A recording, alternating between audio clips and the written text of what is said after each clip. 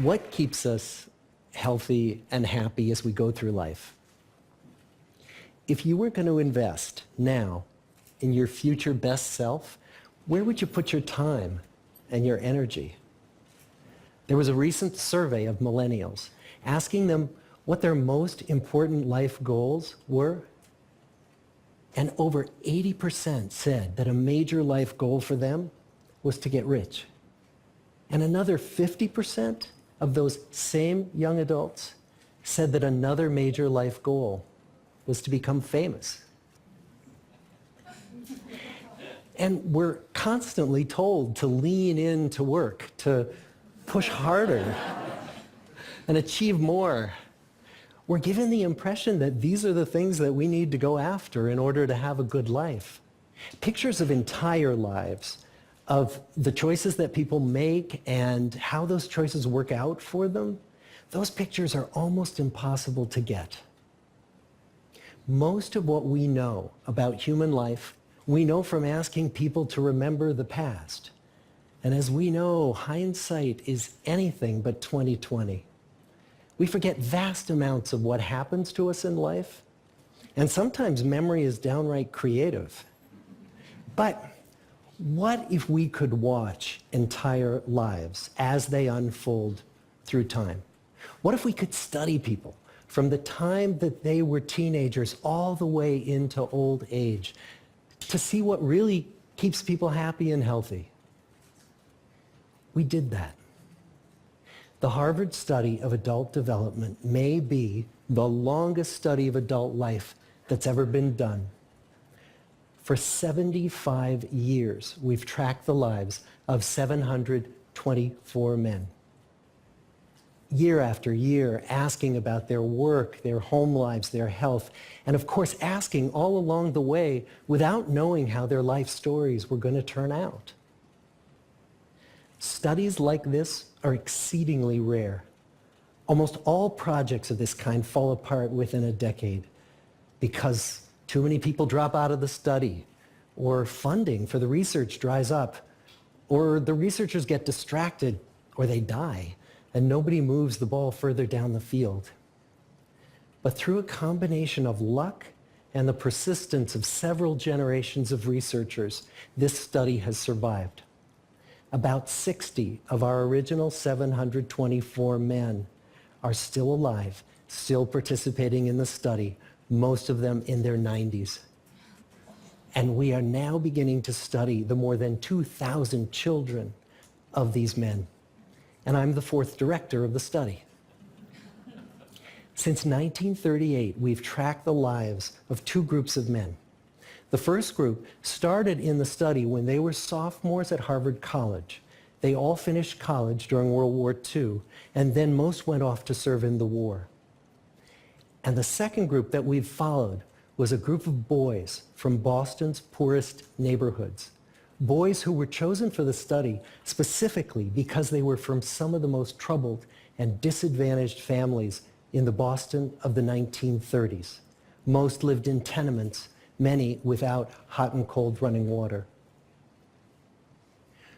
When they entered the study, all of these teenagers were interviewed, they were given medical exams. We went to their homes and we interviewed their parents.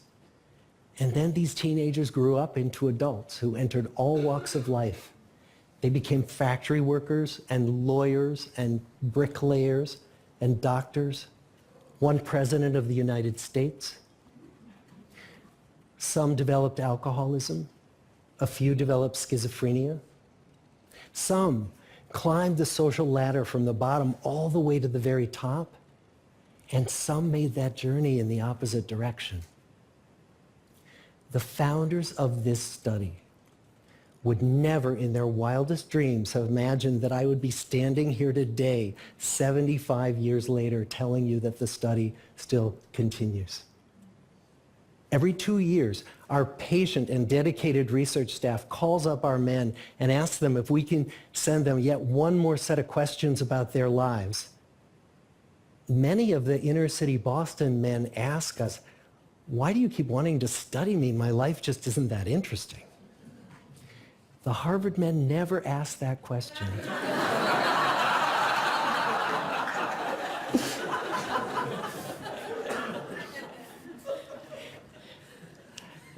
To get the clearest picture of these lives, we don't just send them questionnaires. We interview them in their living rooms. We get their medical records from their doctors. We draw their blood. We scan their brains. We talk to their children. We videotape them talking with their wives about their deepest concerns. And when about a decade ago we finally asked the wives if they would join us as members of the study, many of the women said, you know, it's about time. So what have we learned? What are the lessons that come from the tens of thousands of pages of information that we've generated on these lives? Well, the lessons aren't about wealth or fame or working harder and harder. The clearest message that we get from this 75-year study is this: good relationships keep us happier and healthier, period. We've learned 3 big lessons about relationships. The first is that social connections are really good for us and that loneliness kills. It turns out that people who are more socially connected to family, to friends, to community, are happier, they're physically healthier, and they live longer than people who are less well connected. And the experience of loneliness turns out to be toxic. People who are more isolated than they want to be from others find that they are less happy, their health declines earlier in midlife, their brain functioning declines sooner, and they live shorter lives than people who are not lonely. And the sad fact is that at any given time, more than 1 in 5 Americans will report that they're lonely. And we know that you can be lonely in a crowd and you can be lonely in a marriage. So the second big lesson that we learned is that it's not just the number of friends you have, and it's not whether or not you're in a committed relationship, but it's the quality of your close relationships that matters. It turns out that living in the midst of conflict is really bad for our health. High conflict marriages, for example, without much affection, turn out to be very bad for our health, perhaps worse than getting divorced. And living in the midst of good, warm relationships is protective.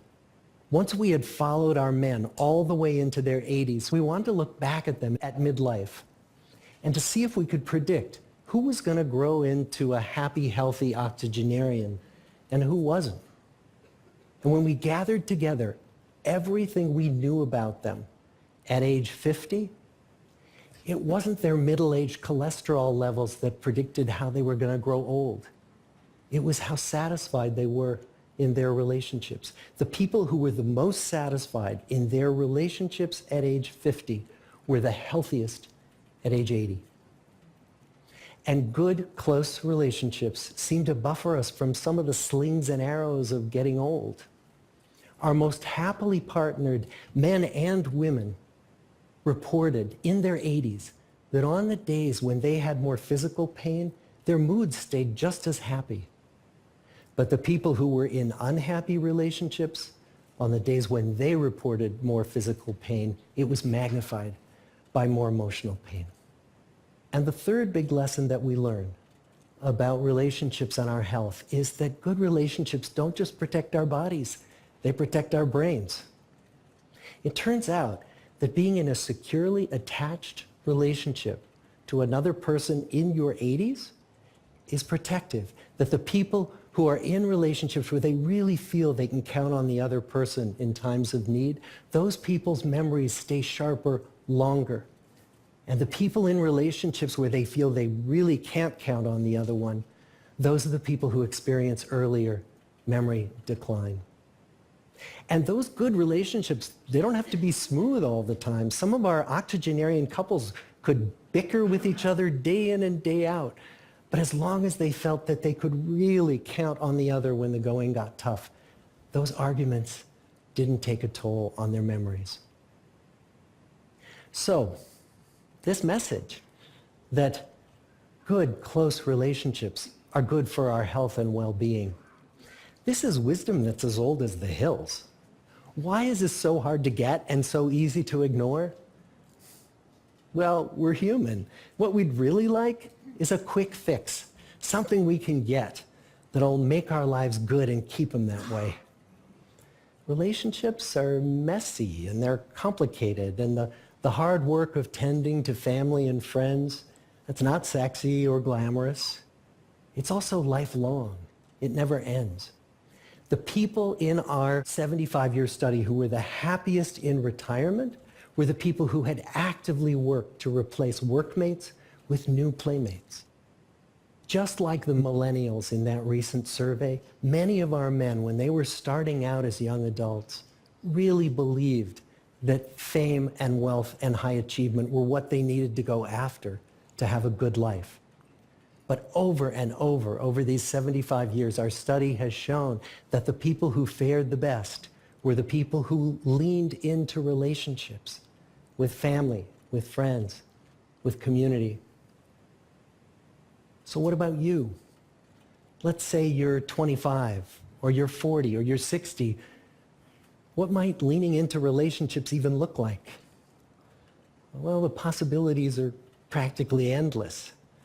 It might be something as simple as replacing screen time with people time, or livening up a stale relationship by doing something new together, long walks or date nights, or reaching out to that family member who you haven't spoken to in years, because those all too common family feuds take a terrible toll on the people who hold the grudges. I'd like to close with a quote from Mark Twain. More than a century ago, he was looking back on his life, and he wrote this: "There isn't time, so brief is life, for bickerings, apologies, heartburnings, callings to account. There is only time for loving, and but an instant, so to speak, for that." The good life is built with good relationships. Thank you.